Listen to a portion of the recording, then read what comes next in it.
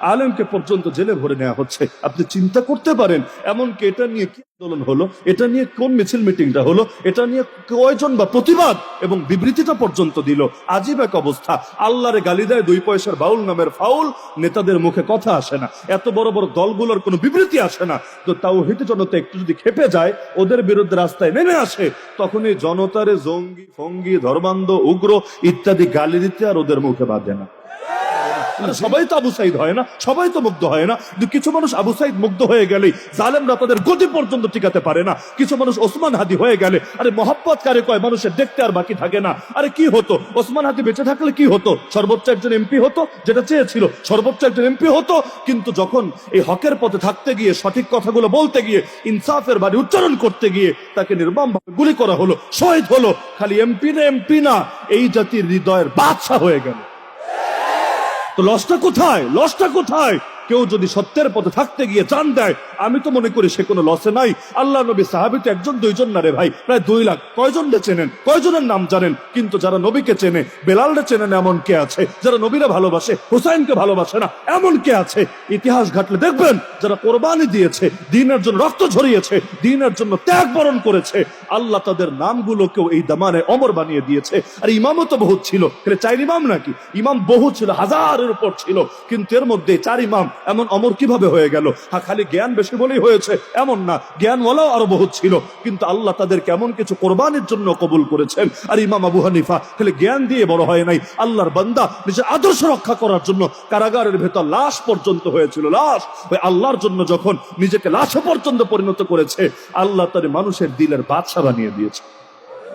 এমন রক্তের বিনিময়ে নতুন যে বাংলা, এরপর লেখা হলো যে জুলাই সনদ, সংস্কার হবে, সংস্কার, ঘোড়ার ডিমের সংস্কার। এই জুলাই সনদ যে হলো, এটা আল্লাহর নাম কই, বিসমিল্লাহ কই, আল্লাহর উপর আল্লাহ সার্বভৌমত্বের ঘোষণা কই, এমনকি আল্লাহ সকল ক্ষমতার মালিক, ওইটাই বা কই, আল্লাহর উপর পূর্ণ আস্থা বিশ্বাসের কথা কই, দ্বীনের কথা কই, কোরআনের কথা কই, শরীয়তের কথা কই। মানে একটা মুসলমানের মৌলিক যে কনসেপ্ট গুলো, এর কোনটা কই? কিছুই তো নাই। তাহলে কোন সংস্কার করবা তুমি? এতগুলো মুসলমান থাকে যেই দেশে, ওই দেশে যদি তুমি স্বাধীনভাবে আল্লাহর গোলামি করার সুযোগ না দাও, ওই স্বাধীনতা দিয়ে আমাদের কি হবে? স্বাধীন দেশে স্বাধীন মুসলমান আমরা, কোর্টে গেলে কোরআন দিয়ে বিচার পাই না। স্বাধীন দেশে স্বাধীন মুসলমান আমরা, সুদমুক্ত অর্থনীতিটাও 54 বছর নসিবে জোটে না। স্বাধীন দেশে স্বাধীন মুসলমান আমরা, কোরআনের কথা বললেও ধৈরা জেলে ভৈরা দেয়। স্বাধীন দেশে স্বাধীন মুসলমান আমরা, এই প্রথম আলো থেকে শুরু করে এগুলো কি হারে বিদ্বেষ দেখায়। এই শাহবাগ গুলো গড়ার পেছনে, 11 হওয়ার পেছনে, ফ্যাসিবাদ এতকাল থাকার পেছনে ওদের অবদান নাই? সবচাইতে বেশি আছে। উম্মতের শ্রেষ্ঠ সন্তান ওলামাদেরকে পর্যন্ত নিয়ে জেলখানায় নিক্ষেপ করে রাখা হবে, হাসিনার আমলেই করা হতো এমন তো না। এই গত রাত্রেও তো বাংলাদেশের একজন প্রথিতযশা আলেম এবং লেখক, তাকে হাদিসের ক্লাস থেকে ধরে নিয়ে গিয়েছে। অপরাধ কি? অপরাধ হলো ফেসবুকে প্রথম আলোর বিরুদ্ধে একটা পোস্ট করেছে। প্রথম আলো তো আগুন লেগেছে, ডেইলি স্টার আগুন লেগেছে, সেখানে উপস্থিত ছিল তাও না, আগুন লাগিয়েছে তাও না, আগুন লাগাতে কাউকে বলেছে পাঠিয়েছে তাও না, খালি ফেসবুকে একটা পোস্ট করেছে। কেন? প্রথম আলোতে আগুন জ্বলছে, তার খুশি লাগছে, খুশি। আর দুশ্মন বিপদে পড়লে মানুষের খুশি লাগেই, এটা অস্বাভাবিক কিছু না। না হলে দিদিজানও তো দেশের বাইরে চলে গেছে, এটার জন্য কয়জন চোখের পানি ঝরায়? অধিকাংশ তো মজা লয়, মজা। কেন? আরেকজন বিপদে পড়ছে, তুমি মজা নিচ্ছ কেন? বলে আরে দুশ্মন বিপদে পড়লে একটু মজা আইসাই যায় ভেতরে, কিছু করার থাকে না। যদিও কারো দুঃখ দেখলে খুশি হতে হয় না, কিন্তু কিছু কিছু মানুষ এমন, ওরা দুঃখে যদি পড়ে, দোকানের মিষ্টির এক পিস বাকি থাকে না। স্বাভাবিক ব্যাপার, একটা পোস্ট দেওয়ার কারণে আলেমকে পর্যন্ত জেলে ভরে নেওয়া হচ্ছে। আপনি চিন্তা করতে পারেন এমনকি এটা নিয়ে কি আন্দোলন হলো, এটা নিয়ে কোন মিছিল মিটিংটা হলো, এটা নিয়ে কয়জন বা প্রতিবাদ এবং বিবৃতিটা পর্যন্ত দিল। আজীব এক অবস্থা। আল্লাহরে গালি দেয় 2 পয়সার বাউল নামের ফাউল, নেতাদের মুখে কথা আসে না, এত বড় বড় দলগুলোর কোনো বিবৃতি আসে না। তো তাওহীদ জনতা একটু যদি খেপে যায়, ওদের বিরুদ্ধে রাস্তায় নেমে আসে, তখনই জনতারে জঙ্গি ফঙ্গি ধর্মান্ধ উগ্র ইত্যাদি গালি দিতে আর ওদের মুখে বাঁধে না। যেই দুনিয়া এত মুসলমান, ওই দুনিয়াতে ইসলামের এমন দুর্দশা হওয়ার কথা ছিল না। নবীর জামানে মুসলমান কয়জন ছিল? সব মিলায় কয়জন? আরে পৃথিবীর বুকে সর্বপ্রথম ইসলামী রাষ্ট্র তো মদিনা। আল্লাহ নবীর হাতে প্রতিষ্ঠিত সর্বপ্রথম ইসলামী রাষ্ট্র তো মদিনা। যখন মদিনার বুকে ইসলামের পতাকা উড্ডীন হয়, ওই সময় মুসলমান ছিল কয়টা? এই আজকের মাহফিলে যত লোক আছেন, এর 10 ভাগের 1 ভাগও তো ছিল না। বিশ্বাস করেন, আর 10 ভাগের 1 ভাগও তো ছিল না। আমার নবী 13টা বছর দাওয়াত দিলেন, 13 বছর দাওয়াত দিলেন মক্কায়। কয়জন মুসলমান হয়েছে? 1000ও না। অথচ এত কম সংখ্যক মানুষকে নিয়ে সুবহানাল্লাহ কে বিশাল বিপ্লব ঘটিয়ে ফেললেন। আর আমরা, মানুষের তো অভাব নেই, এই দেশে তো সবই আমরা, ওরা আর কয়টা, এই দেশে সবই তো আমরা, কিন্তু এত মানুষ আমরা, তবু আমাদের শক্তি কই? আর নাস্তিক কয়টা, বামরাম কয়টা, শাহবাগী সুশীল কয়টা, কিন্তু ওই সংখ্যা কয়টা এটা বিষয় না, এমনকি স্কুলও কয়টা। সংখ্যা কিন্তু কারোই খুব বেশি না, তো সংখ্যায় যত কমই হোক শক্তিতে কিন্তু অনেক আগায়া, আমরা ওদের ধারে কাছে যেতে পারি না। আমরা 1000 জন মিলে চিল্লাইলে যা হবে, ওরা দেখবেন একজন এক চিপার মধ্যে বসে একটা কথা বলবে, সব মিডিয়ায় একদম সবার আগে শিরোনাম হয়েছে এটা থাকবে। এই যে দেশে এত মাহফিল হয়, এই বার্তাগুলো কোন জাতীয় মিডিয়া উঠে আসে? কিন্তু ওরা শাহবাগের চিপায় চাপায় 10 জন মানুষ মিলে যদি একটা বার্তা দেয়, মনে হবে দেশের প্রধান আলোচ্য বিষয়, প্রধান হট টপিকই এটা, এর বাইরে আর কিছু নাই। এমন কেন হলো?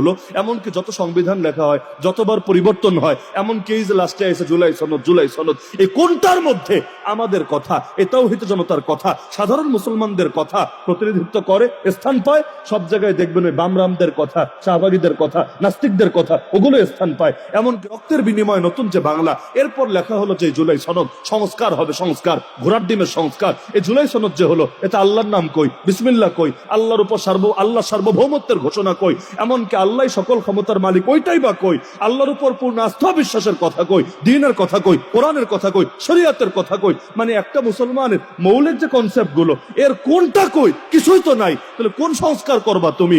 এতগুলো মুসলমান থাকে যেই দেশে, ওই দেশে যদি তুমি স্বাধীনভাবে আল্লাহর গোলামি করার সুযোগ না দাও, ওই স্বাধীনতা দিয়ে আমাদের কি হবে?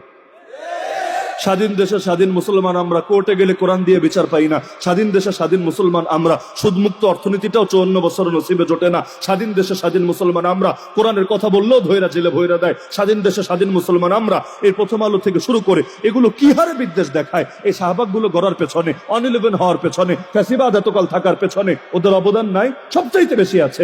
এমনকি আমার তো এখনো মনে পড়ে ওই সময়ের কথা, ওদের একটা ম্যাগাজিন বের হতো আলপিন নাম, আমরা তখনও ছোট, কিন্তু এখনো মনে আছে স্মৃতিটা।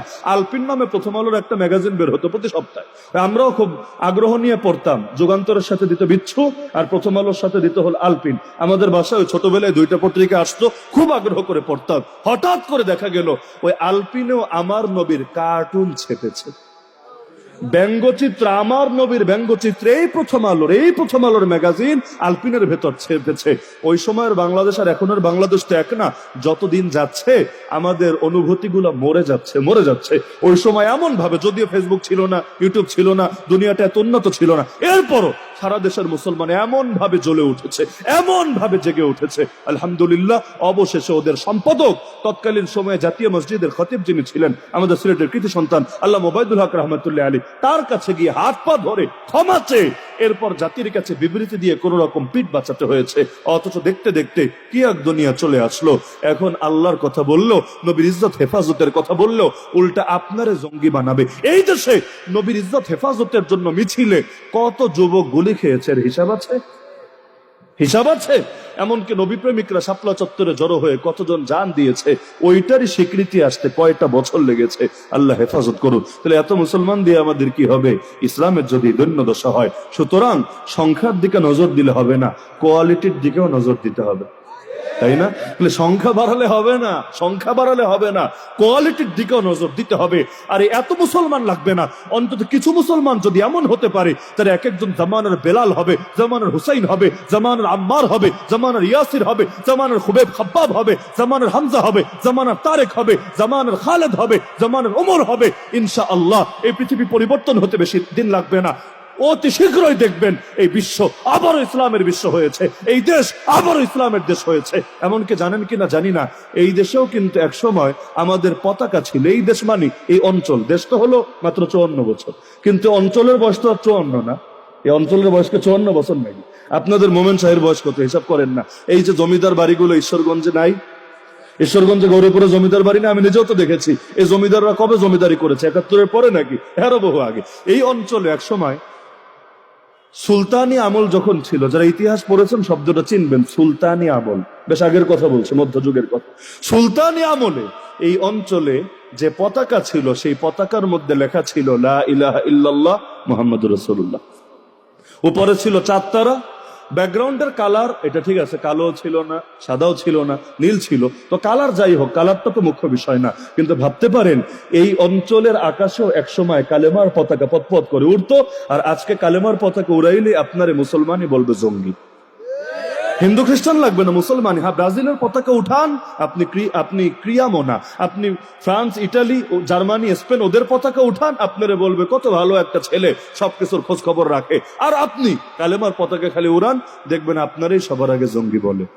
হচ্ছে নাকি হচ্ছে না? কালেমা এত খারাপ হয়ে গেল, কালেমা এত নিকৃষ্ট হয়ে গেল। একটা কাপড়ের মধ্যে যাই থাকুক সেটা সমস্যা হয় না, কিন্তু কালেমা লিখে দিলেই সেটা খারাপ হয়ে যায়, সেটা জঙ্গিবাদ হয়ে যায়, সেটা সন্ত্রাসবাদ হয়ে যায়। নাউযুবিল্লাহি মিন যালিক। তা আমার সব কথার মূল কথা, এভাবে দিন চলতে পারে না। আমাদেরকে জাগতে হবে, আমাদেরকে ঘুরে দাঁড়াতে হবে। আরে কিছু মানুষে সাহস করে দাঁড়ায় গেলে দেখেন না জালেমরা টিকতে পারে না। আরে সবাই তো আবু সাইদ হয় না, সবাই তো মুগ্ধ হয় না, কিন্তু কিছু মানুষ আবু সাইদ মুগ্ধ হয়ে গেলেই জালেমরা তাদের গতি পর্যন্ত টিকাতে পারে না। কিছু মানুষ ওসমান হাদি হয়ে গেলে, আরে মহব্বত কারে কয়, মানুষের দেখতে আর বাকি থাকে না। আরে কি হতো ওসমান হাদি বেঁচে থাকলে, কি হতো? সর্বোচ্চ একজন এমপি হতো, যেটা চেয়েছিল সর্বোচ্চ একজন এমপি হতো। কিন্তু যখন এই হকের পথে থাকতে গিয়ে, সঠিক কথাগুলো বলতে গিয়ে, ইনসাফের বাণী উচ্চারণ করতে গিয়ে তাকে নির্মম ভাবে গুলি করা হলো, শহীদ হলো। খালি এমপি না, এই জাতির হৃদয়ের বাদশা হয়ে গেল। তো লসটা কোথায়? লসটা কোথায়? কেউ যদি সত্যের পথে থাকতে গিয়ে জান দেয়, আমি তো মনে করি সে কোনো লসে নাই। আল্লাহ নবী সাহাবী তো একজন দুইজন না রে ভাই, প্রায় 2 লাখ। কয়জনকে চেনেন? কয়জনের নাম জানেন? কিন্তু যারা নবীকে চেনে, বেলালরে চেনেন এমন কে আছে? যারা নবীরা ভালোবাসে, হুসাইনকে ভালোবাসে না এমন কে আছে? ইতিহাস ঘাটলে দেখবেন যারা কোরবানি দিয়েছে, দ্বীনের জন্য রক্ত ঝরিয়েছে, দ্বীনের জন্য ত্যাগ বরণ করেছে, আল্লাহ তাদের নামগুলোকেও এই দামানে অমর বানিয়ে দিয়েছে। আর ইমামও তো বহুত ছিল, 4 ইমাম নাকি? ইমাম বহু ছিল, 1000-এর উপর ছিল, কিন্তু এর মধ্যে 4 ইমাম এমন অমর কিভাবে হয়ে গেল? হ্যাঁ, খালি জ্ঞান বেশি বলেই হয়েছে এমন না, জ্ঞানওয়ালাও আরো বহুত ছিল, কিন্তু আল্লাহ তাদের কেমন কিছু কোরবানির জন্য কবুল করেছেন। আর ইমাম আবু হানিফা খালি জ্ঞান দিয়ে বড় হয় নাই, আল্লাহর বান্দা নিজের আদর্শ রক্ষা করার জন্য কারাগারের ভেতর লাশ পর্যন্ত হয়েছিল। লাশ, ওই আল্লাহর জন্য যখন নিজেকে লাশ পর্যন্ত পরিণত করেছে, আল্লাহ তার মানুষের দিলের বাদশা বানিয়ে দিয়েছে। তাহলে সুতরাং ইসলামকে নিজের জীবনের চাইতে বেশি গুরুত্ব দিতে শেখেন। ইসলামের জন্য যে জান দেওয়া লাগে, হাসি মুখে জান দেওয়ার মানসিকতা রাখেন। আমি মনে করি পৃথিবীতে যেই পরিমাণ মুসলমান আছে, সকলে যদি ইসলামের জন্য জান দেওয়ার মানসিকতা রাখতে শুরু করে, পৃথিবীর আর কোনো শক্তি নেই মুসলমানরা দমায় রাখতে পারবে। এই গুলি দিয়ে, অস্ত্র দিয়ে যে জাতিকে দমানো যায় না, এটা তো 2024 আপনাদের চোখে আঙ্গুল দিয়ে দেখিয়ে দিয়েছে। পুলিশের কাছে অস্ত্র কি কম আছে? আর্মির কাছে গুলি কি কম আছে? সরকারের কাছে বোমা টোমা কি কম আছে? কিন্তু খালি অস্ত্র থাকলেই হয় না, অস্ত্র থাকলেই হয় না। জাতি যখন বাঁধ ভাঙা জোয়ারের মতো সামনে নেমে আসে, কয়জনরে মারবে, কয়জনরে ধরবে? এই যে 3000 আলেম রে বছরের পর বছর জেলে ফেলে রেখেছে, আপনি কি ভাবেন? আপনি কি ভাবেন এই দেশে যে 14 কোটি মুসলমান আছে, 14 কোটির বেশি আছে, তাও ধরেন অন্তত 14 কোটি যে মুসলমান আছে, এর মধ্যে মাত্র 14 লাখ, মাত্র 14 লাখ যদি রাস্তায় নেমে এসে বলতো আমাদের একটাই কথা, সেটা হলো মাথা ছাড়া দেহ ভালো থাকতে পারে না, আমাদের মাথার তাজ আলেমরা জেলে থাকবে আর আমরা ঘরে বসে বসে চকলেট চা পাবো, এটা হতে পারে না। সুতরাং হয়তো তাদেরকে আমাদের কাছে ফিরায় দিবা, না হলে আমাদেরকেও তাদের কাছে নিয়ে যাবা। তোমাদের জেলে কত জায়গা আছে আমরা দেখতে চাই, তোমাদের বন্দুকে কতগুলি আছে আমরা গুনতে চাই। হয়তো তাদেরকে ফিরা দাও, না হলে আমাদেরকেও তাদের কাছে নিয়ে যাও। এভাবে যদি এক দফা এক দাবি নিয়ে নামতো, সরকার বাপ ডেকে আলেমদের ছেড়ে দিতে বাধ্য হতো। কিন্তু ইয়ানাফসি আমি খায়া পয়রা বেঁচে থাকলেই তো হইলো। আরে আল্লাহ রেখে গালি দিলে দেখ না, নবীরে দিলে দেখ না, ইসলামী শাসন কায়েম হলে হোক না। এই যে 250 বছরের বেশি ইসলামী শাসন নাই এই বাংলায়, 1757 থেকে আজ 2025 প্রায় শেষ। এই যে 250 বছরের বেশি ইসলামী শাসন নাই, কি জবাব দিবেন আল্লাহর কাছে? ইসলামী শাসন কায়েমের জন্য আপনার কি উদ্যোগ, আমার কি উদ্যোগ, আপনার কি চেষ্টা, আমার কি চেষ্টা? আল্লাহ সাধ্যের বাইরে বোঝা চাপায়া দেন না, কথা ঠিক আছে, তো যতটুকু সাধ্যে আছে সেটাতে ছাড়ও তো দেন না। যেই দেশে অন্তত 90% মানুষ মুসলমান, ওই দেশে যদি বলে সাধ্য নাই, ওই দেশে যদি বলে শক্তি নাই, ওই দেশে যদি বলে সক্ষমতা নাই, এইটার চাইতে চরম মিথ্যার কিছু হতেই পারে না। আরে চেষ্টা সর্বোচ্চটা করে দেখেন না, ইনশাআল্লাহ আপনাদের বিজয়কেও ঠেকায় রাখতে পারবে না। তাহলে সুতরাং শুধু সংখ্যা না, কোয়ালিটির দিকেও নজর দেওয়ার চেষ্টা করেন ইনশাআল্লাহ। এদিক ওদিক না, প্রত্যেকে নিজেই এক একজন বেলাল হওয়ার মানসিকতা রাখেন।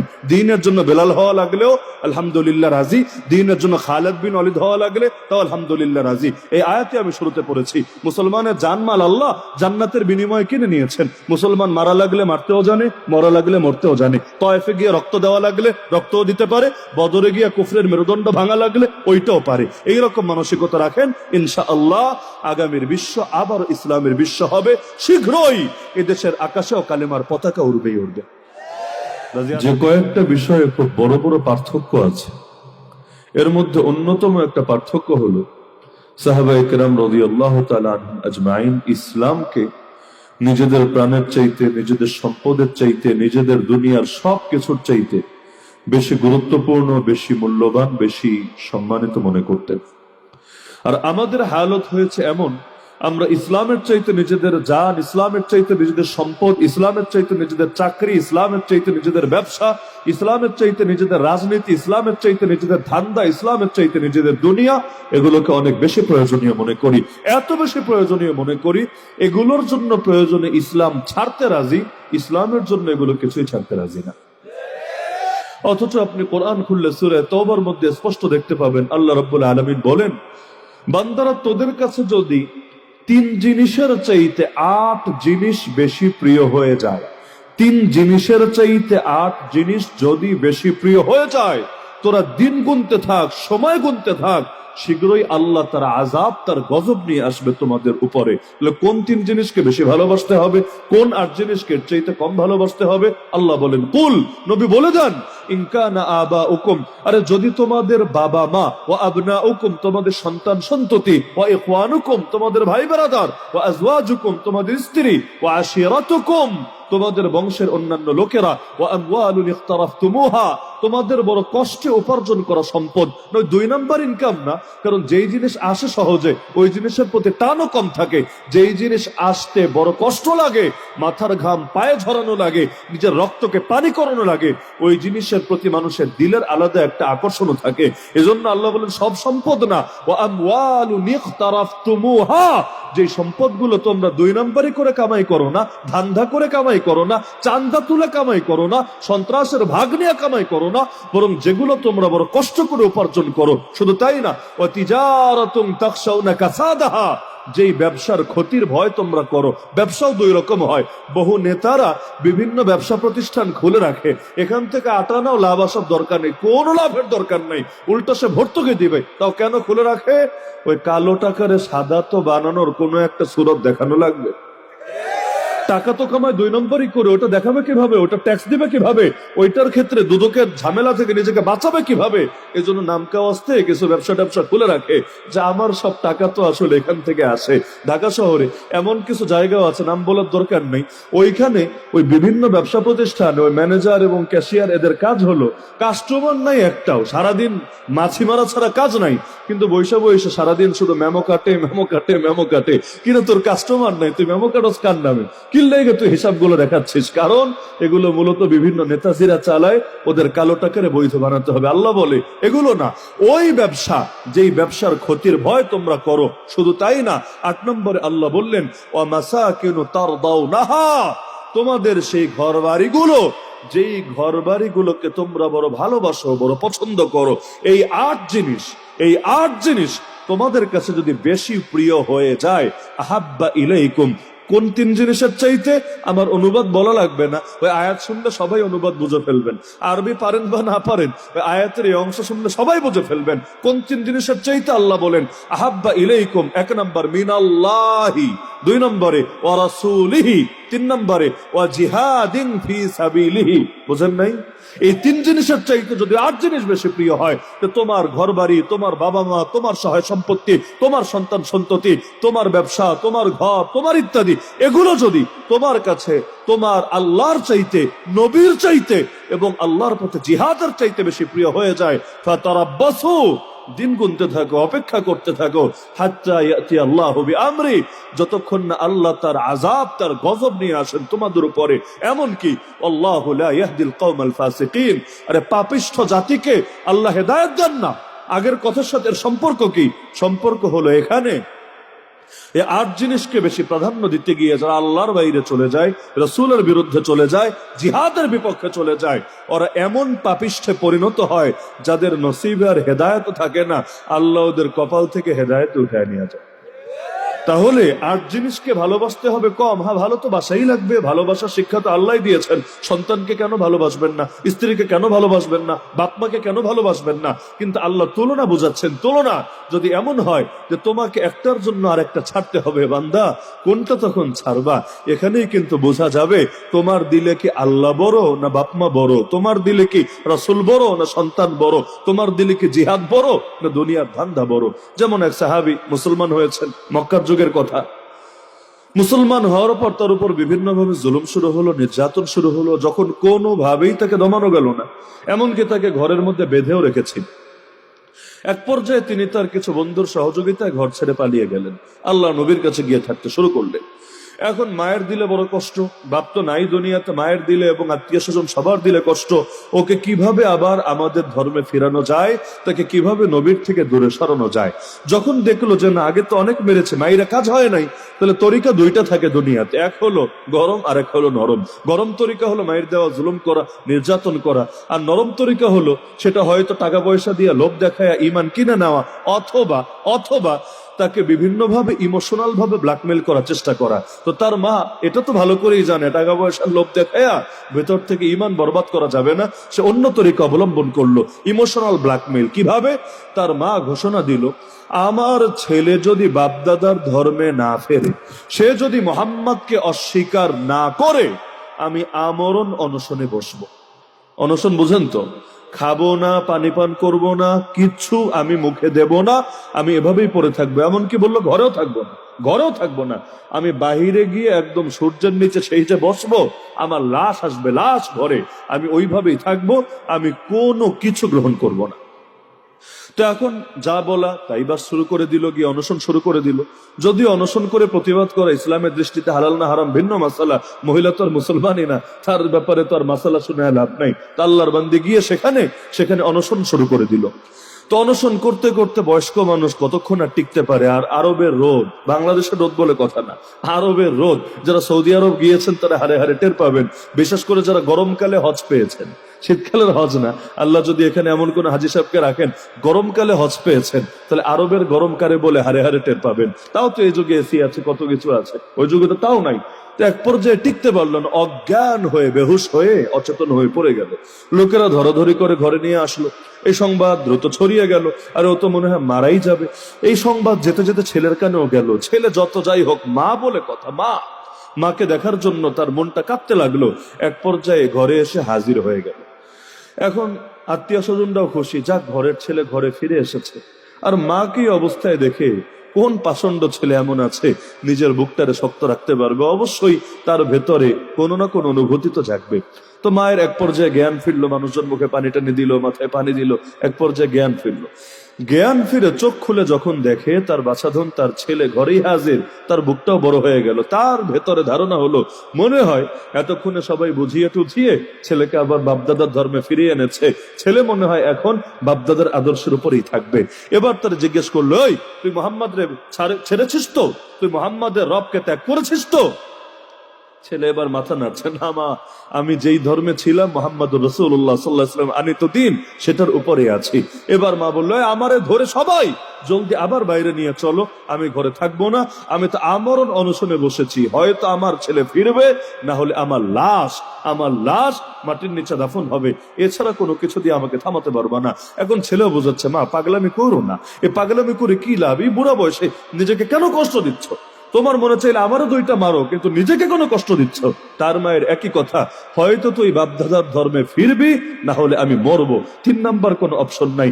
এক পর্যায়ে যখন কোনোভাবেই ছেলেকে বোঝাতে পারছে না, ছেলে মায়ের কানের কাছে মুখটা নিয়ে বলল, মা স্পষ্ট ভাবে তোমাকে বলে দিচ্ছি, শোনো, তুমি একবার না, তুমি যদি এভাবে অনশন করতে করতে একবার মরো, এরপর যদি আল্লাহ তোমার আবার হায়াত ফিরায় দেন, আবার অনশনে বসো, এভাবে যদি দ্বিতীয়বার মরো, আবার যদি আল্লাহ হায়াত ফিরায় দেন, আবার অনশনে বসো, এরপর তৃতীয়বার মরো, এভাবে একবার না, 2 বার না, 3 বার না, 10 বার তুমি যদি মরো, আল্লাহর জাতে পাকের কসম খেয়ে বলছি, আমি তোমার 10 বারের মরণ আমার দিলে মেনে নিতে রাজি আছি, কিন্তু ইসলাম চেনার পর, ইসলাম বোঝার পর, নবীর সাহাবী হওয়ার পর আমি আর কুফর শিরিকে ফিরে যেতে রাজি না।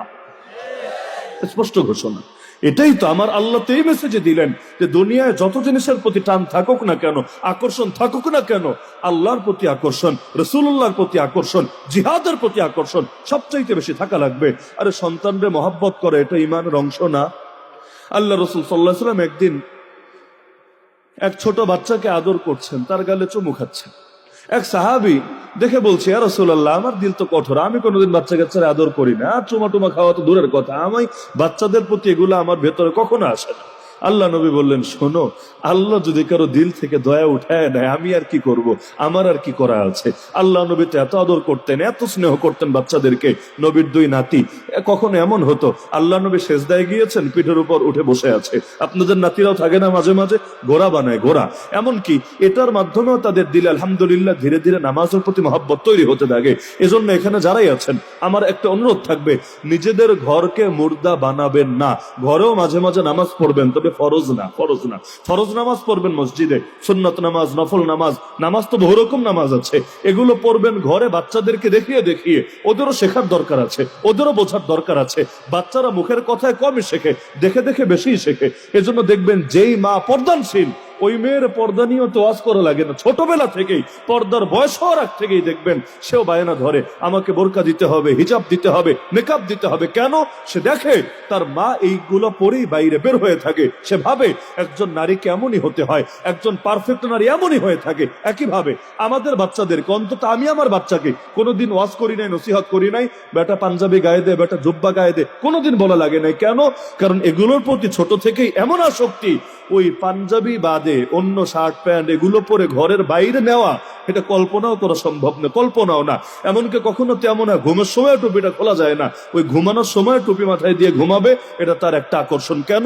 ওয়াজ করা ছাড়াই পাঞ্জাবি পরার ফজিলত কি, পায়জামা পরার ফজিলত কি, এগুলো ছাড়াই ভেতরে ঢুকলো কেমনে? কারণ তার বাপ দেখেছে, তার চাচাকে দেখেছে, অন্য আত্মীয়দেরকে দেখেছে, তার এগুলোই পরে তার মাথায় ঢুকে গেছে। এটাই পুরুষের ফরমাল পোশাক, এটাই মনে হয় পুরুষের ইউনিফর্ম, এটাই মনে হয় মর্যাদার প্রতীক। একইভাবে আপনাদের যাদের দাড়ি আছে, যাদের দাড়ি আছে তারা বুঝবেন আর কি। দেখবেন ছোট বাচ্চাগুলো মনে হয় জীবনে প্রথম খেলা শুরুই করে বাপের দাড়ি টানার মাধ্যমে। বাপেরটা পাক আর দাদারটা পাক আর নানারটা পাক, মিস না। এমনকি আমার মা মাঝে মাঝে গল্প করে, আমার বয়স তো 1-1.5 বছর থাকতে আমার নানা দুনিয়া থেকে চলে গিয়েছে, তো মাঝে মাঝে গল্প করে ওই শৈশবে, আমার তো আর মনে থাকার কথা নয়, সময়ের স্মৃতি তো এখন শোনায়, যে একদিন নানা কোলে নিয়েছিল, তখন অনেক রোগে শোকে আক্রান্ত, অনেক অসুখ হয়ে গিয়েছে, শরীরও দুর্বল। তো একদিন কোলে নিয়েছে, আমি নাকি এমন জোরে দাড়ি ধরে টান দিয়েছি, পুরো চিৎকার করে তাড়াতাড়ি দিয়ে দিয়েছে যে তোর ছেলেরে নে, আমার দাড়ি এমন জোরে টান দিয়েছে মনে হচ্ছে আমার কলিজা বের হয়ে আসছে। এই যে বাচ্চারা দাড়ি টানে, যাদেরটা আছে তাদেরটা টানতে পারে। এখন যাদের বাপের চেহারা আর মায়ের চেহারা একই, মাশাআল্লাহ, মায়েরটাও যে এরকম বাপেরটাও এরকম, দুইজনে কি ওটা ডিব্বা, দাড়ি মোছ মরণের আগে একদিনে আর উঠবে না, তাদেরটা তো আর টানতেও পারবে না, আর সেই ক্ষেত্রে তো উদাহরণ প্রযোজ্য হবে না। যাদেরটা টানে, টানতে টানতে দেখবেন আলহামদুলিল্লাহ মহব্বতও কিন্তু বাচ্চাকাল থেকেই তৈরি হতে থাকে। তো এখন এজন্য ঘরের বাচ্চাদেরকে নামাজ শেখানোর জরুরত আছে। তো বলছিলাম যে সন্তানদেরকে মহব্বত করে, এটা তো নবী শিখিয়েছেন, কিন্তু আমার আল্লাহ কোরআনে বলেন, ইন্নামা আমওয়ালুকুম ওয়া আওলাদুকুম ফিতনা, আর নিশ্চয়ই তোমাদের সম্পদ এবং তোমাদের সন্তান হলো ফিতনা। ফিতনা মানে পরীক্ষা। এখন বলবেন ফিতনা মানে কি হুজুর? তাহলে যত টাকা পয়সা আছে আজকে রাস্তায় ফেলে দিয়ে আসবো, বাচ্চা কাচ্চা ঘরে যা আছে ঘাড় ধাক্কা দিয়ে ঘর থেকে বের করে দেবো, ফিতনা মানে এটা? ফিতনা মানে এটা? আমরা তো ফিতনা বলতে এটাই বুঝি, এর থেকে বাঁচতে হবে, এর থেকে দূরে দূরে থাকতে হবে, এটা করা যাবে না, এটাতে জড়ানো যাবে না। যেমন আমি যদি বলি গান বাজনা ফিতনা, মানে কি? আপনি গান শুনবেনও না, গান গাবেনও না, গানের ধারে কাছেও যাবেন না। এখন আল্লাহ বলে দিলেন সন্তানও ফিতনা, সম্পদও ফিতনা। এর মানে কি এগুলো সব ফেলে দিয়ে আসতে হবে? না, বরঞ্চ আমার আল্লাহ এটা বলেছেন বিশেষ বার্তার প্রেক্ষাপটে। নবীজি যখন হিজরত করে মক্কা ছেড়ে মদিনায় চলে গেলেন, হাতে গোনা কিছু সাহাবী, তারা ঈমান এনেছেন, কালেমা পড়েছেন, কিন্তু মক্কা ছেড়ে তারা যান নাই। কেন? কারণ তাদের স্ত্রী সন্তানের মুখের দিকে তাকিয়ে বাধা দিয়েছে, যেতে দেয় নাই। আরে তুমি যদি চলে যাও আরেক দেশে, আমাদের কি হবে? আমাদের দেখবেটাকে? এখনো যেমন হয়। আরে কয়জন মা এমন আছে, সন্তান যদি জিহাদে যেতে চায় তাকে আর যুদ্ধের সাজে সাজিয়ে দেবে। স্বামী যদি জিহাদে বের হতে চায়, সেই সাহাবী গাসিলুল মালাইকা সে হানজালা রাদিয়াল্লাহু আনহুর মতো তার স্ত্রী তাকে শেষ বিদায় জানিয়ে তার ভেতরে হিম্মত জাগিয়ে দেবে। কারণ হানজালা যখন ঘর থেকে বের হচ্ছিলেন তার স্ত্রী তাকে বলেছিলেন, শোনেন আপনাকে শেষ কথা বলছি, জিহাদের মাঠে দৃঢ় কদম থাকবেন, পাগুলো অটল অবিচল রাখবেন, আমাদের পরবর্তী সাক্ষাৎ হবে, পরবর্তী মিলন হবে রবের জান্নাতে ইনশাআল্লাহ। তাহলে একজন নারী যদি তার স্বামীকে এভাবে বলে দেয় তার দিলের হিম্মত কেমন হবে। কিন্তু আজ কয়টা নারী এমন আছে, বরঞ্চ অধিকাংশের ক্ষেত্রে আল্লাহ মাফ করুক হালত এমন, চিন্তা করবে গেলে দুনিয়ার সবাই যাক না, দুনিয়াকে মানুষের আকাল পড়েছে, আমার ঘর থেকে কেন যাওয়া লাগে। এমনকি খতমে নবুয়তের প্রথম শহীদ হাবিব আনসারী রাদিয়াল্লাহু আনহু যখন শহীদ হন, এই সংবাদ তার মা জানতে পারেন, তার প্রথম বাক্যই ছিল এটা, লিহাযাল ইয়াউমি আরদাতুহু, আজকের এই দিনের জন্যই তোকে দুধ পান করিয়েছিলাম, কোন কাপুরুষ বানানোর জন্য আরে দুধ খাওয়াই নাই, আল্লাহ নবীর খতমে নবুয়ত হেফাজতের জন্য সে তার জান কোরবান করেছে। এরকম একটা সংবাদ পাওয়ার জন্যই কষ্ট করে মানুষ বানিয়েছিলাম। তো বলছিলাম যে সন্তান ফিতনা, সম্পদ ফিতনা। কেন? কারণ এই সন্তানের মুখের দিকে তাকায়ও কেউ যদি হিজরত ত্যাগ করে, সন্তানের মুখের দিকে তাকায়ও কেউ যদি হারামে লিপ্ত হয়ে থাকে, এমন বহু ফ্যামিলি আছে, এমন বহু ফ্যামিলি আছে, সেই ফ্যামিলির পুরুষটা হারামে জড়িয়ে আছে জেনে বুঝে, শুধুমাত্র পরিবারের ডিমান্ড পূরণ করার জন্যে। নাই এমন সুদী ব্যাংকে চাকরি করে, সেও জানে মাসালা, নতুন করে বলা লাগবে না, সেও জানে এই চাকরির মাসালা কি, ছাড়ে না কেন? বউ কি বলবে? বাচ্চাদের প্রয়োজন কিভাবে পূরণ করবে? ইংলিশ মিডিয়ামে পড়াতে গেলে পয়সা কত লাগে? বউয়ের মেকআপ কিনতে মাসে কত লাগে? এ যদি এখন এই চাকরি ছেড়ে অন্য চাকরি করে, এদের চাহিদা কিভাবে পূরণ করবে? নাই এমন ফ্যামিলি নাই? ঘর থেকে টিভিটা বের করতে পারে না, ঘর থেকে টিভিটা বের করতে পারে না। কেন? তার বউ ধর্মঘট, হরতাল আর মিছিলের ডাক দিবে। কারণ টিভিতে সিরিয়াল না দেখলে পেটের ভাত কেমনে হজম হবে? একটু গান বাজনা না শুনলে তার টাইমটা কিভাবে কাটবে? তো এই ক্ষেত্রে বলছিলাম যে সব ক্ষেত্রে জরুরি হলো আল্লাহকে, তার রাসূলকে, তার পথের জিহাদকে মুমিন সবচাইতে বেশি প্রাধান্য দেবে। এর জন্য বাপ ছাড়া লাগলে প্রয়োজনে বাপ ছাড়বে, নবী ইব্রাহিম ছাড়েন নাই। এর জন্য সন্তান ছাড়া লাগলে প্রয়োজনে সন্তান ছাড়বে, নবী নূহ ছাড়েন নাই। এর জন্য স্ত্রী ছাড়া লাগলে প্রয়োজনে স্ত্রী ছাড়বে, নবী লূত ছাড়েন নাই। এর জন্য যদি গোটা দুনিয়া ছাড়া লাগে, যে নিজের এলাকা, নিজের বংশধর, নিজের আত্মীয় স্বজন, এমনকি স্বয়ং কাবা, এগুলো যদি ছাড়া লাগে তবুও ছাড়তে হবে। আল্লাহ নবী ছেড়েছেন, ওই কাবা ধরে রাখার জন্য ইসলাম ছাড়েন নাই, মক্কায় থাকার জন্য ইসলাম ছাড়েন নাই, কুরাইশের ভেতর থাকার জন্য ইসলাম ছাড়েন নাই, ওই নিজেদের চাচাদের বংশের লোকদেরকে মন জয় করার জন্য ইসলাম ছাড়েন নাই, বরং ইসলাম রক্ষার জন্য এগুলো সব ছেড়েছেন। তার মানে আল্লাহর জন্য সব ছাড়া যায়, কোনো কিছুর জন্য আল্লাহ ছাড়া যায় না। তাহলে ওই যে আমার প্রথম কথা ছিল যে সাহাবীদের সাথে আমাদের বড় একটা পার্থক্য এখানে, তারা নিজেদের জীবনের চাইতে, নিজেদের সম্পদের চাইতে, নিজেদের সবকিছুর চাইতে আল্লাহর দিনকে বেশি দামি, বেশি গুরুত্বপূর্ণ, বেশি জরুরি মনে করতেন। আর আমরা সবকিছু করার পর আল্লাহর দিনের জন্য যদি কিছু করা যায়, ওইটারই অনেক বেশি মনে হয়। কয়েকটা উদাহরণ দিলে বুঝবেন। আল্লাহ নবী সাল্লাল্লাহু আলাইহি ওয়াসাল্লামের এক সাহাবী যার নাম জাফর তাইয়ার রাদিয়াল্লাহু আনহু, আলী রাদিয়াল্লাহু আনহুর ভাই, আবু তালেবের সন্তান। এক যুদ্ধের ময়দানে নবী তার হাতে পতাকা দিয়েছিলেন, ঝান্ডা। ওই যুগে যুদ্ধের মাঠে পতাকার অনেক গুরুত্ব ছিল। যতক্ষণ পতাকা পতপত করে উড়তো, সবাই বুঝতো যুদ্ধ চালিয়ে যেতে হবে। যদি পতাকা নামিয়ে ফেলা হতো, সৈনিকরা যুদ্ধ থামিয়ে দিত। কেন? তারা বুঝতো পতাকা নামানো মানে দুইটার একটা, হয়তো যুদ্ধে আমরা হেরে গিয়েছি, পরাজয় বরণ করে নিয়েছি, অথবা ওদের সাথে চুক্তি হয়েছে, চুক্তি আপাতত যুদ্ধ স্থগিত থাকবে। এজন্য পতাকা উঁচু রাখার গুরুত্ব ছিল অনেক বেশি। তো জাফর রাদিয়াল্লাহু আনহুর হাতে এখন নবীর দেওয়া পতাকা এসেছে, নিজের ডান হাত দিয়ে পতাকা ধরে রেখেছেন। এর মধ্যে হঠাৎ করে এক কাফের কোত্থেকে এসে হাতের মধ্যে একটা কোপ মেরে দিল। হাতটা কেটেই গেল, শরীর থেকে আলাদাই হয়ে গেল। কিন্তু জাফর রাদিয়াল্লাহু আনহু কোনোভাবে এটা মানতে পারছিলেন না। আরে হাত গেলে যাক, নবীর দেওয়া পতাকা মাটিতে গড়িয়ে পড়বে, এটা তো মেনে নেওয়া যায় না। তিনি বাম হাত দিয়ে খপ করে সেই পতাকাটা ধরে ফেললেন। তবুও কাফেরের মন গলল না, এবার বাম হাত টার্গেট করে কোপটা বসিয়ে দিল। এখন হাতে যেহেতু একটা, তিনি আর ফিরাবেন কি দিয়ে? হাতি তো একটা, ফিরানোর কিছু নাই। তো এই কোপটাও লেগে গেল হাতে, এই হাতটাও কেটে গেল। এবার এই হাত শরীর থেকে আলাদা হলো, তবুও তার বিবেকে লাগছিল নবীর দেওয়া পতাকা মাটিতে গড়িয়ে পড়বে। তাহলে আমি দুনিয়ায় বেঁচে থাকার কি অর্থ হতে পারে? আমি তো মরি নাই, হাত গেছে, আমি তো মরি নাই, আমি তো জিন্দা আছি। আমি যদি জিন্দা থাকি, নবীর দেওয়া পতাকাও সমুন্নত থাকবে। এবার তিনি তার দুই হাত কাটার পরে যে অংশটা বাকি আছে, ওই বাহুর অংশ দিয়ে বুকের সাথে এভাবে তিনি এটাকে আগলে ধরলেন। তবুও কাফেরের মন গলল না। এবার তার গর্দানে একটা আঘাত এনে বসল। আল্লাহর বান্দা চূড়ান্ত আঘাতে শহীদ হয়ে গেলেন। তো যতক্ষণ পর্যন্ত শহীদ হয়ে মাটিতে লুটিয়ে পড়েন নাই, ততক্ষণ পর্যন্ত নবীজির দেওয়া পতাকা, ইসলামের পতাকা, কালেমার পতাকা মাটিতে পড়তে দেন নাই, ততক্ষণ সমুন্নত রেখেছেন। যখন নিজেই লুটিয়ে পড়ে গিয়েছেন শহীদ হয়ে, ওই সময় আরেকজন সাহাবী এসে সেই পতাকা তুলে নিয়েছেন। এই যে আল্লাহর জন্য দুটো হাত অবশেষে নিজের জীবনে কোরবান করে দিলেন, আমার নবীকে এই সংবাদ দুনিয়ার কেউ জানানো লাগে নাই।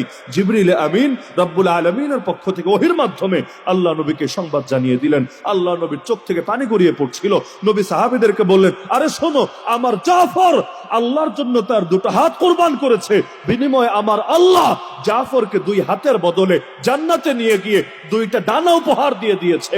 আমি নিজে দেখেছি আমার জাফর সেই 2 ডানা মেলে মেলে জান্নাতে উড়ে বেড়াচ্ছে। রাআইতুহু ইয়াতীরু বিজানাহিহি ফিল জান্নাহ, এজন্য নামই হয়ে গেছে তাইয়ার। তাইয়ার মানে যিনি উড়ে বেড়ান, উড়ে বেড়ান। 2 হাত দিয়েছেন আল্লাহর জন্য, আল্লাহ 2 ডানা দিয়ে দিয়েছেন 2 হাতের বদলে জান্নাতে তার জন্য উপহার।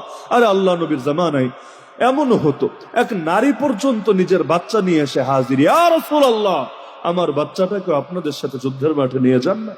আরে পাগলি, যুদ্ধের মাঠে বাচ্চা নিয়ে গিয়ে কি হবে? যুদ্ধ কি ছেলে খেলা? ইয়া রাসূলুল্লাহ সব জানি, সব বুঝি, কিন্তু কি করব বলেন? যারা বড় ছিল তারা তো আগেই গিয়েছে, কেউ তো আর নাই। আমার ঘরে এমন প্রাপ্তবয়স্ক কেউ নাই যাকে দিতে পারি আপনাদের সাথে।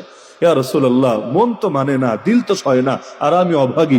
আমি চাইলেও তো আপনি আমাকে যাওয়ার অনুমতি দিবেন না, কিন্তু আপনি যাবেন জিহাদের ময়দানে, সাহাবীরাও যাবে আপনার সাথে, কখন না জানি কি হয়ে যায়। আমার অশান্ত মনকে আমি কি বলে সান্ত্বনা দেব? এজন্য ইয়া রাসূলুল্লাহ সম্বল যা ছিল তাই নিয়ে আসলাম আপনার কাছে।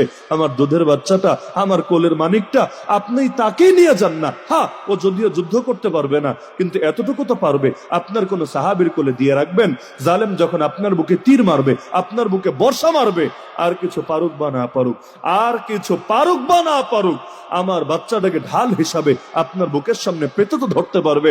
জালেমের তীর এসে, বর্ষা এসে আমার বাচ্চার বুকটাকে ফরফর করে দিয়ে যাবে, কিন্তু আমার বাচ্চার প্রাণের বিনিময় হলো আপনার প্রাণ তো হেফাজতে থাকবে। কাল হাসরের ময়দানে আল্লাহকে গর্ব করে বলতে তো পারবো, আয় আল্লাহ আমি শহীদের মা, আমার সন্তান তার জান কোরবান করেছে তোমার নবীর হেফাজতের জন্য। তাহলে তারা ইসলামকে কি পরিমাণ গুরুত্বপূর্ণ মনে করতেন চিন্তা করতে পারেন? ছোট ছোট বাচ্চা পর্যন্ত বায়না ধরে বসতো জিহাদে যাওয়ার জন্য। কখনো এমন হতো পায়ের আঙ্গুলে ভর দিয়ে দাঁড়াতো, স্বাভাবিকভাবে দাঁড়ালে সাইজ একটু কম দেখা যাবে, আঙ্গুলে ভর দিয়ে দাঁড়াতো যাতে দেখতে একটু লম্বা লাগে। আল্লাহ নবী তবু যদি তার সুযোগ করে দেয়। একবার তো এমন হলো, এক বাচ্চা সাহাবী বায়না ধরলো, ইয়া রাসূলুল্লাহ আমারও নিয়ে যান না, এখনো বালিগ হয় না, আমাকেও নিয়ে যান না। নবী বললেন, আরে তুমি এখনো ছোট, এখনো প্রাপ্তবয়স্ক হও নাই, আগে প্রাপ্তবয়স্ক হও, ম্যাচিউরড হও, তোমার বলতে হবে না, বলা ছড়ে আমরা নিয়ে যাবো ইনশাআল্লাহ। সে বলছে, ইয়া রাসূলুল্লাহ মায়ের থেকে বিদায় নিয়ে এসেছি, নিয়ে যান না, নিয়ে যান না। কিন্তু কোনোভাবে নবীর মন গলছে না। অবশেষে সে কৌশল করলো, ইয়া রাসূলুল্লাহ আচ্ছা ঠিক আছে, আমাকে নিতে চাচ্ছেন না, কিন্তু আমার এলাকার ওই ছেলেটাকে তো নিলেন, ওরে তো নিলেন, ওর বয়স যদিও আমার চাইতে একটু বেশি, কিন্তু ইয়া রাসূলুল্লাহ যুদ্ধে তো বয়স দরকার না, যুদ্ধে শক্তি দরকার, ওর গায়ের শক্তি কিন্তু আমার চাইতে বেশি না। আপনি একটা বার ওর সাথে আমাকে লড়াই করার সুযোগ দেন, মাত্র একবার। যদি হেরে যাই আর রিকোয়েস্ট করব না, যদি জিতে যাই আমাকেও কেন একটা চান্স দিবেন না, কারণ বয়সে বড় হলে কি হবে, শক্তিতে সে বড় না। আল্লাহ নবী সাল্লাল্লাহু আলাইহি ওয়াসাল্লাম অবাক হয়ে গেলেন, আরে বাচ্চা ছেলেটার কি আগ্রহ, মাশাআল্লাহ। নবী বললেন, ঠিক আছে তাহলে এক রাউন্ড লড়াই হয়ে যাক, দেখা যাক কার বাহুতে কত বল, এটা প্রমাণ হয়ে যাক। আল্লাহ নবী সুযোগ করে দিলেন, সাহাবীরা অবাক, আরে 2টা বাচ্চা এবার লড়াই করবে কেন? জিহাদের ময়দানে যাওয়ার সুযোগ পাওয়ার জন্য, আমাদের মতো না ভাগার জন্য দলিল খোঁজা, আমাদের মতো না নিজের পিঠ বাঁচানোর জন্য ধান্দা করা, বরঞ্চ নিজেকে আল্লাহর পথে উৎসর্গ করার জন্য কত চেষ্টা, কত কৌশল। অবশেষে লড়াই হলো। লড়াইয়ের আগ দিয়ে ছোট সাহাবীটা বড় সাহাবীর কানে আস্তে আস্তে বলল, ভাই আমার কথা তো একটা বলে ফেলেছি, কিন্তু বাস্তবতা আমিও জানি, বাস্তবতা তুমিও জানো। তুমি যেমন বয়সে বড়, বয়সে বড় হলে তো শক্তিতেও বড়, বয়স বাড়লে তো শক্তি এমনি বাড়তে থাকে। সুতরাং তুমি যদি তোমার ফুল শক্তি আমার সাথে প্রয়োগ করো, আমি কুলাতে পারবো না, তোমার সাথে টিকতে পারবো না। কিন্তু দেখো, আল্লাহর জন্য কি একটা বার স্যাক্রিফাইস করা যায় না? আল্লাহর জন্য একটা বার কি বিনয়ী হওয়া যায় না? আরে নবী তো তোমাকে অনুমতি দিয়েই দিয়েছেন, কবুল করে নিয়েছেন। নবী একবার যাকে কবুল করেন তাকে আর প্রত্যাখ্যান করেন না, রিজেক্ট করেন না। সুতরাং তোমার তো কপাল খোলাই আছে, বন্ধ হবে না। কিন্তু আল্লাহর জন্য একটা বার যদি নিজেকে ছোট করো, এই ভাইটারও কপাল খুলে যাবে ইনশাআল্লাহ। এটা শুনে তারও মন গলে গেল। কথা তো অযৌক্তিক না। না, তার তো লস হবে না, কিন্তু ওর একটু লাভ হবে। দুই ভাই হাতে হাত রেখে কাঁধে কাঁধ মিলে জিহাদের ময়দানে গিয়ে ইসলামের দুশমনদের বিপক্ষে লড়াই চালাবে। ব্যাস, এবার সে বলল, ভাই তুই টেনশন করিস না, বাকিটা আমি দেখে নেবো ইনশাআল্লাহ। লড়াই শুরু হলো। দুনিয়া সবাই ভাবলো ছোট মরিচেই মনে হয় ঝাল বেশি, ছোট সাহাবীরই মনে হয় শক্তি বেশি, কিন্তু আসলে ছোটটার শক্তি বেশি এমন না, বড়টা ইচ্ছাকৃত ভাবে হেরে গিয়েছে, নিজেকে বিনয়ী করে আরো একজন ভাইকে ময়দানে যাওয়ার সুযোগ করে দিয়েছে। এমনকি আপনি যদি চিন্তা করেন, এই উম্মতের ফেরাউন বলা হতো যাকে, সে আবু জাহাল পর্যন্ত মারা গেল কার হাতে? ছোট দুইটা বাচ্চার হাতে, মুআয আর মুআওয়াজ। কেন গিয়েছিল তারা যুদ্ধের ময়দানে? আরে বাচ্চা মানুষ যুদ্ধের মাঠে কাজ কি? কেন গিয়েছিল কেন? বুখারী খুললেই পেয়ে যাবেন, তারা নিজেরাই ব্যাখ্যা করেছে। যখন সাহাবী আব্দুর রহমান বিন আওফকে জিজ্ঞেস করেছিল, চাচা একবার দেখান আবু জাহালকে, তিনি বলেছিলেন, আরে ভাতিজা, আবু জাহালকে দেখে তোদের কাজ কি? সে যুদ্ধের সেনাপতি, কুরাইশের সর্দার। তখন এই দুই বাচ্চা ব্যাখ্যাটাই দিয়েছিল, চাচা শুনেছি সে আল্লাহর নবীকে গালি দেয়, আল্লাহর নামে কসম করেছি, একবার যদি ওর দেখা পেয়ে যাই, হয়তো ওরে জাহান্নামে পাঠাবো, না হলে নিজেরাই জান্নাতে চলে যাব। কিন্তু ও বা আমরা, যার কপালে আগে মরণ লেখা, সে মরণ পর্যন্ত আর পিছু ছাড়বো না। এমনকি বাচ্চাগুলো আবু জাহালকে সাইজ করার পরও থামায় নাই, চালিয়ে যাচ্ছিল। এক পর্যায়ে তাদেরও একজনের হাতে কোপ লেগেছিল, তবে হাত কেটে শরীর থেকে পড়ে নাই, হাতটা নিজের শরীরের চামড়া আর হালকা গোশতের সাথে ঝুলছিল, হাড্ডি কেটে গেছে, কিন্তু লুটিয়ে পড়ে নাই, এভাবে ঝুলছে। এখন আরেক হাত দিয়ে তো লড়াই চালিয়ে যেতে হচ্ছে, লড়াই থামিয়ে দিলে খালি হাত না, এক হাত দিয়ে লড়াই করছে, কিন্তু এক হাত দিয়ে লড়াই করলে কি হবে? আর এক হাতে যেই কয়বার টান লাগছে, তার কলিজাটা মোচড় দিয়ে উঠছে। এমনিও দেখবেন কাটা জায়গার এই এক ঝামেলা, যদি সেখানে একটু টাচও লাগে, ভেতরে কেমন জানি মোচড় দিয়ে উঠে। আর তার তো বিশাল কাটা কেটে গিয়েছে, একদিকে রক্ত গড়িয়ে পড়ছে। এভাবে রক্ত গড়ালে তো এমনি শরীর দুর্বল হয়ে যায়, তার মধ্যে এতবার যদি টান লাগে, এতবার যদি নাড়া লাগে, তাহলে ভেতরে শক্তি, হিম্মত, তো মনোবল তো এমনি নষ্ট হয়ে যায়। তো এজন্য তিনি যখন দেখলেন তার হাতই বাধা হয়ে দাঁড়াচ্ছে, জিহাদের পথে শক্তি অর্জনের ক্ষেত্রে বাধা হয়ে দাঁড়াচ্ছে, নিজের হাতটাই জমিনে রেখে নিজের পা দিয়ে পাড়া দিয়ে একটা টান দিলেন এদিক থেকে, টানের সাথে সাথে হাতটা শরীর থেকে আলাদা হয়ে গেল। অবশেষে আর এক হাত দিয়ে বীরের মতো চালিয়ে গেল। তাহলে নিজের হাত নিজে শেষ করে দিচ্ছে, তবুও লড়াই কিন্তু থামাচ্ছে, চালিয়ে যাচ্ছে। এমনকি সব বাদ দেন, বদরের ময়দানের হালতটা দেখেন না, আল্লাহ নবী নিজে পর্যন্ত শেষদায় লুটিয়ে পড়ে আল্লাহকে বলছে, হে আল্লাহ, আজকে যদি মুসলমানদের এই কাফেলা শহীদ হয়, এই পৃথিবীতে আর কোনদিন আপনার ইবাদত হবে না, কোনদিনও না। আল্লাহুম্মা ইন তাহলিক হাযিহিল ইসাবা মিন আহলিল ইসলাম লাম তু'বাদ ফিল আরদ। তাহলে চিন্তা করেন এই কাফেলার বেঁচে থাকার কত দরকার। কারণ মুসলমান তখন দুনিয়ায় কয়জন? সব মিলা মুসলমান কয়জন? এর মধ্যে যারা আছে তার মধ্যে সর্বসেরা মুসলমানরাই তো সেখানে, এমনকি নবী নিজে সেখানে। অথচ ইসলাম এখনো পরিপূর্ণ হয় নাই, অথচ কোরআন তখনো পুরোটা নাজিল হয় নাই, মাত্র তো দ্বিতীয় হিজরি। ইসলাম পুরো হতে হতে কত বছর লেগেছে? মাত্র তো দ্বিতীয় হিজরি, এখনো তো অধিকাংশই বাকি। তারপরও চিন্তা করেন, নবী কিন্তু পালান নাই, সাহাবীরা কিন্তু সরেন নাই, নিজেদেরকে বাঁচতে হবে, নিজেরা না বাঁচলে ইসলামের কি ক্ষয়ক্ষতি হবে এগুলো চিন্তা করে জিহাদের ময়দান থেকে এক কদম সরেন নাই। অথচ আপনি, আমরা কি ভাবি? আমরা মরে গেলে তো ইসলাম শেষ, আমরা মরে গেলে তো সব বাঁচতে হবে, আমাকে টিকতে হবে, এজন্য প্রয়োজনে দালালি করা লাগলে দালালি করব, চাটাচাটি করা লাগলে চাটাচাটি করব, যখন যে নেতা আসে প্রয়োজন ওর পিছে পিছে ঘুরবো, যে কোনো মূল্যে নিজের পিঠ বাঁচাবো, নিজের পকেট বাঁচাবো, নিজের পেট বাঁচাবো, কারণ আমি মরে গেলে তো সব শেষ হবে। অথচ আল্লাহর দিন আল্লাহই তার গায়বী কুদরত দিয়ে হেফাজত করে ছাড়বে। আমাদের ভেতরের এই মানসিকতার কারণেই কখনো আমেরিকা চাপে জাতির উপর, কখনো ইন্ডিয়া চাপে জাতির উপর, কখনো ইন্ডিয়ার দালালরা আগায় যায়, কখনো আমেরিকার দালালরা আগায় যায়। কেন? কারণ আমাদের নজরে এখন আর আসমানওয়ালার উপর থাকে না, আমাদের নজরও ওর উপরে চলে যায়। এজন্য যে জোর দেখাতে পারে মুল্লুকও তার হয়ে যায়। বাংলায় বলে না, জোর যার মুল্লুক তার। অথচ নজর যদি থাকতো আসমানওয়ালার উপরে, এই পৃথিবীর বাদশাহী থাকতো এখনো আমাদের কাছে। যে আল্লাহর হয়ে যায় গোটা দুনিয়া তার হয়ে যায়, যে আল্লাহর হয় না কোনো কিছুই আর তার হয় না। দুনিয়ার গোলাম হলে কি হয়? দুনিয়া আপনার সাথে ওই কুত্তারে যেভাবে দুইটা হালুয়া রুটি দিয়া একটু গোস্ত টোস্ত হাড্ডি টাড্ডি দিয়া খুশি রাখেন, এভাবে দুনিয়া আপনার খুশি রাখে। আর কেউ যদি আল্লাহর হয়ে যায়, তবুও দুনিয়া আসে তার কদমের সামনে লুটিয়ে পড়ে। আল্লাহ নবীর কাছে দুনিয়া আসে নাই? আসে নাই? কম এসেছে নাকি? কিন্তু এর জন্য আল্লাহ নবীকে নিজের মাথা নত করতে হয় নাই। ওই দুনিয়া কদমের তলে এসে পড়েছে, একদিকে এসেছে আর একদিকে বের করে দিয়েছেন। আল্লাহর পথে অকাতরে দান করেছেন। কিন্তু কেউ যদি দুনিয়ার পেছনে ছোটে, কি পরিমাণ পদে পদে বেইজ্জতি, লাঞ্ছনা, কত কথা শোনা, কত জুলুম সওয়া, কত কিছু লাগে। তাহলে মানলাহুল মাওলা ফালাহুল কুল, যা আল্লাহর হয়ে যায়, আল্লাহ যার হয়ে যায়, কুল কায়নাত তার হয়ে যায়। সুতরাং নিজেদের জীবনকে বেশি দামি ভাববেন না আল্লাহর দিনকে বেশি দামি ভাববেন? বর্তমান দুনিয়ায় মুসলমান কিন্তু কম নেই, তাই না? 200 কোটির চাইতে বেশি মুসলমান আছে। এরপরও ইসলামের এই দুর্দশা কেন? যেই দুনিয়ায় 200 কোটির বেশি মুসলমান থাকে, ওই দুনিয়ায় আমাদের প্রথম কেবল দখলে থাকবে কেন? যেই দুনিয়ায় 200 কোটির বেশি মুসলমান থাকে, 100 বছরের বেশি হয়ে গেল, খেলাফত থাকবে না কেন? যেই দুনিয়ায় 200 কোটির বেশি মুসলমান থাকে, আল্লাহর গালি দেওয়া হবে কেন? নবীকে অপমান করা হবে কেন? কোরআনকে পর্যন্ত পায়ের তলায় ফেলে পিষ্ট করা হবে কেন? যেই দুনিয়ায় 200 কোটির বেশি মুসলমান থাকে, এই দেশে দেশে মুসলমানের রক্তই বা ঝরবে কেন?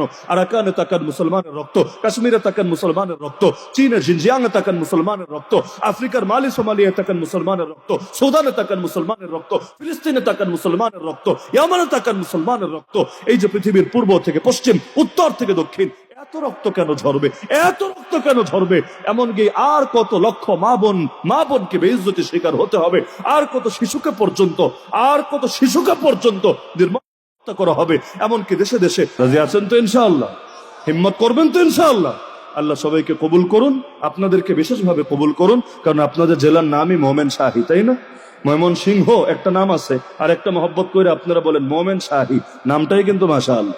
মোমেন তো মোমেন, ইমানদার। শাহী মানে বাদশাহী, রাজত্ব। তো মোমেন শাহী মানে কি? এখানে চলবে মুসলমানদের বাদশাহী। নামের মধ্যেই তো গোলামি নাই, নামের মধ্যেই তো স্বাধীনতা আছে। তো যেই জায়গার নামই মোমেন শাহী, ইনশাআল্লাহ 2 দিন আগে বা পরে সেখানে অবশ্যই কায়েম হবে মুসলমানদের শাহান শাহী, যদি ঠিক থাকেন আর কি। আল্লাহ সবাই কবুল করুন, আজকের এই মাহফিলকে কবুল করুন, আমিন।